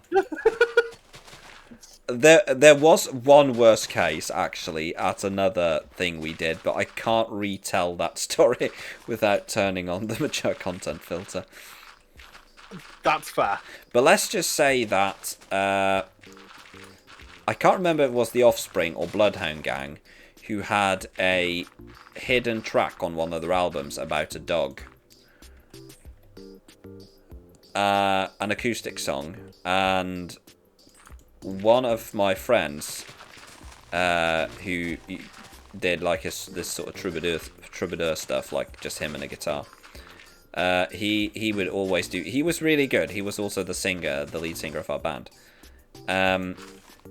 He used to do like these, like, you know, the classic stereotypical, "Oh, look at me, I am a young white man with a guitar. So anyway, here's Wonderwall." It was basically Oasis, Wonderwall, and Leonard Cohen's Hallelujah, of course, in Jeff Buckley's version. So black acoustic guitar, Wonderwall, and Jeff Buckley's Hallelujah. That is the white teenager with a guitar starter kit. And At least of the 90s, yeah. yes. Now it's Ed Sheeran. Ed Sheeran. Ed Sheeran and a packet of Schwarzkopf Live ginger hair colouring. I know it's Ed Sheeran because we've got a teenage busker in our town square who plays the same playlist of about 12 songs every Friday during his lunch hour. That's rough. Speaking of buskers, I have twice in my life I have been blown away by buskers. One of them happened in London and one of them happened in New York. I was in London a couple of years ago for a work trip, and in the evening we had some time off, and I decided to go to a pub and see a mate of mine who lived in London for a number of years. And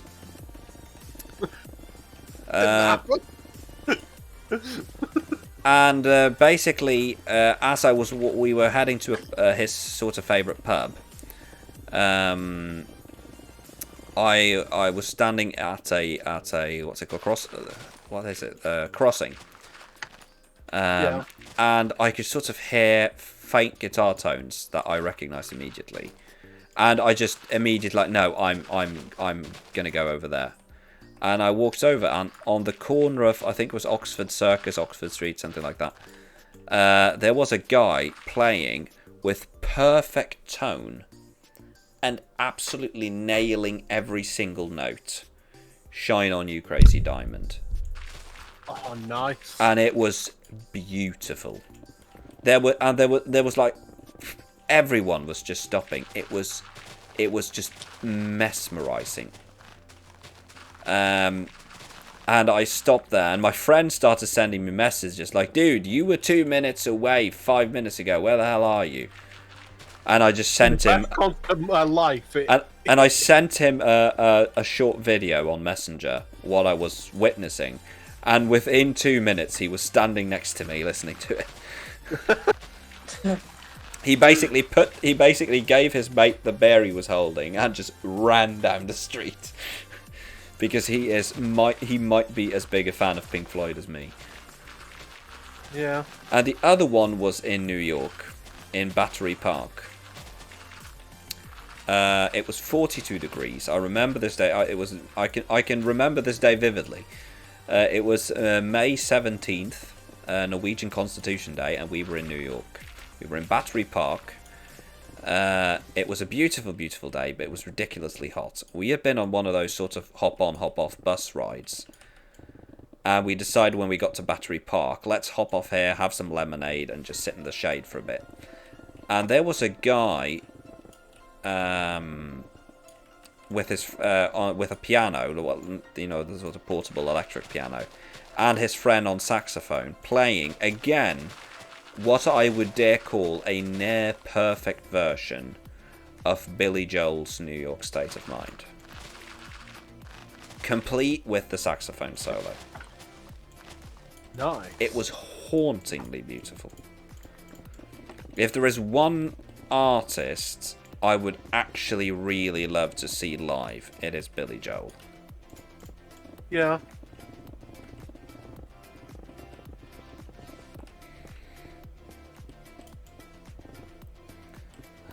I mean, looking at the map, we have actually taken out a sizable chunk already.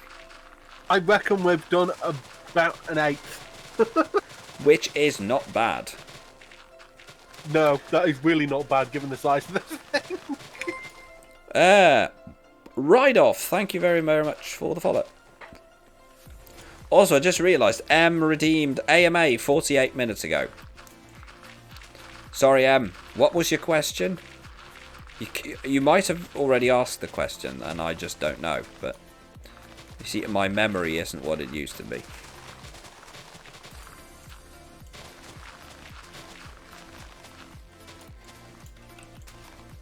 But yeah, I started thinking of it. My question was ETA on the sheep video. Should I turn it into a? I should turn it into a challenge. Once Valley vs. the World episode 1 has 100 views, I will do the sheep video. No, it's once the entire season has reached 10,000 views. What I was going to suggest, I was actually thinking about that earlier as a way to sort of do this. I mean, I have a goal of reaching 1,000 followers this year. And we are getting very close to the halfway mark. So, it is currently August 10th. I would say if we can reach 500 followers by the end of August, 12-hour terraforming stream. Oh, yeah. 12-hour terraforming stream at a weekend. With, of course, our host, Johnny DL, asking questions. Well, yes, I can ask many, many questions. We might have to bring more guests on, though, so we don't completely wear ourselves out. This is true. Although I do the commentary for the, what's it called? UHC, so I've got a little bit of experience in talking nonsense for 20 minutes at a time. I think we need more shulker boxes, because all of them, this way are full as well. Yeah, they're filling up. Okay, so I need to go and get another 64 shulker boxes. Pretty much, yes. 12-hour podcast stream. Make it happen. 500 followers by the end of August, people. You heard it here. I have a bunch of shulker shells. I can go make some chests if you want. No, I've got a ample supply. Yes, Johnny, of course, has the insane shulker farm. I mean, we haven't reached dock levels of shulkers yet, but... Yes, we have. oh, we have. Okay. Yeah, we reached dock levels of shulkers, and I put them mostly into my storage system. Fally in a toweling robe, sitting in the summer house with a glass of whiskey. I will have you know, hanging in the next room, so that I know where to find it, I have not a bathrobe, but the bathrobe. The original bathrobe, as seen in the legendary Joe Fest video. Oh, not Ferris Bueller's Day Out then. No, not the bathrobe. Having the bathrobe from Ferris Bueller, though. That would be a thing. Yes. There are certain things I need. I need John Belushi's sunglasses from Blues Brothers. I need Matthew Broderick's bathrobe from Ferris Bueller's Day Off.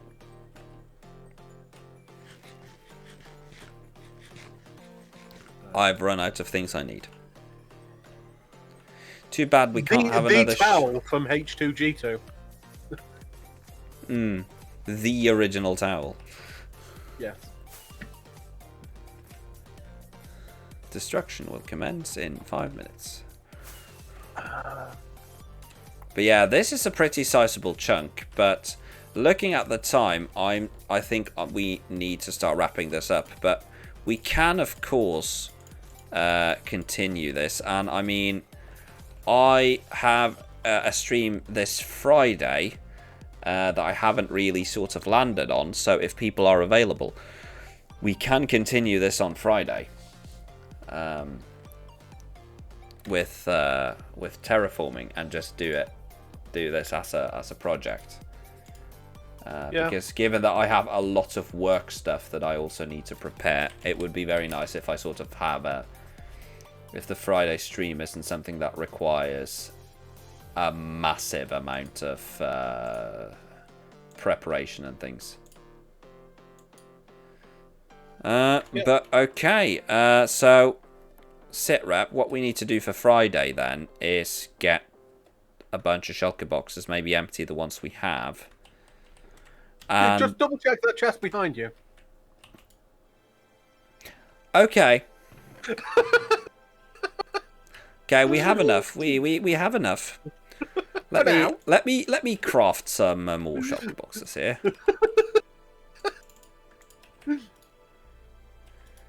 There's insanity, and then there's this. I'll take the coal. I need coal. Guys, You're welcome to take any coal. If you want, I will give you a shulker box full of coal ore if you would like it. Sure. I'll take it.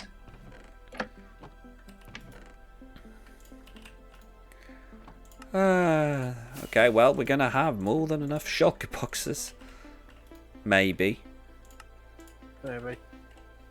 Actually, I say you can have a shulker box of full coal ore. I think all of my coal ore is currently at spawn. Okay, we have room for one more shulker box. It's currently at the shopping district in a massive tower. I have got to take it apart. Okay, well, I think that is where we're going to be calling calling it for tonight then. But this has been very, very fun.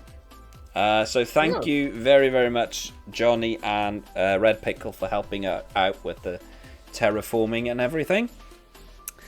Really, really appreciate it. And if you want to get back and join me on Friday for the continuation of this, you are more than welcome to. Same goes for anyone else. If you want to help out terraforming, Friday, same time, 8:30 European time, and we're going to be going a bit longer than we did now because I have to work in the morning, so can't go until midnight as I will be doing on Friday. So if people want to join in for the terraforming, you're more than welcome to. And saying it once again, if people want to put it out there, if we can hit 500 followers by the end of August, I will be doing a special 12-hour stream. Maybe we can do some of it with terraforming, and of course maybe I'll have to satisfy Badger's desires with a robe and a glass of whiskey. So that would be fun. So spread the word, 500 followers by the end of August, and we'll do a 12-hour stream. But that is it for now. Thank you very, very much, everyone, for joining and for watching. We will be heading over to our old friend Kaylina, who is also doing some Minecraft. I can never think of anything cool to say when we raid people. Do